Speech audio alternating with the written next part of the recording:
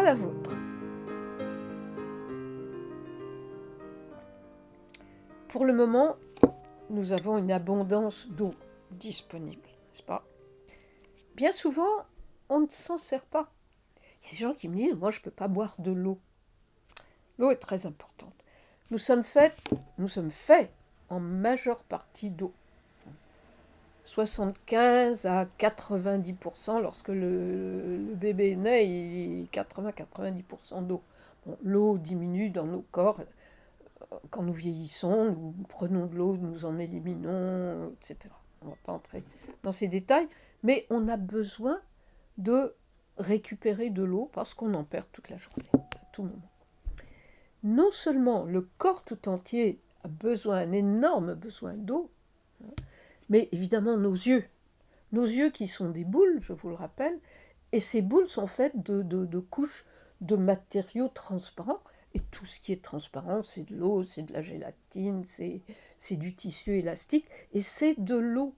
Et cette eau-là, on pourrait dire que en dehors des liquides qui circulent dans notre corps, le sang, la lymphe, liquide céphalorachidien, etc., tout ce qui circule et tout ce qui est vraiment en état de fluidité, l'œil est le corps constitué le plus aqueux de tout notre corps.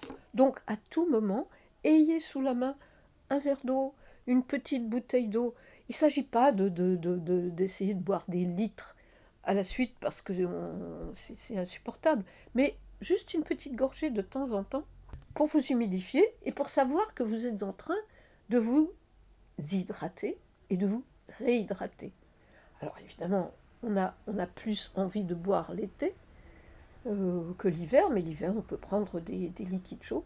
Mais je vais vous donner un truc très pratique et très important, c'est de commencer la journée en buvant au moins un grand verre d'eau, sinon 2. L'hiver ça peut être de l'eau chaude ou tiède, mais sans rien. De l'eau qui est faite de H et de O, c'est tout.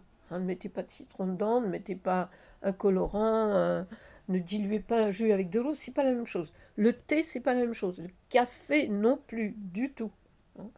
Il faut des H et des O, et c'est tout. Et moyennant quoi, vous allez assurer à votre corps le mouvement intérieur, la circulation intérieure dont il a besoin. Tout est en mouvement à l'intérieur de votre corps. Il n'y a pas que scier, bouger la tête, etc.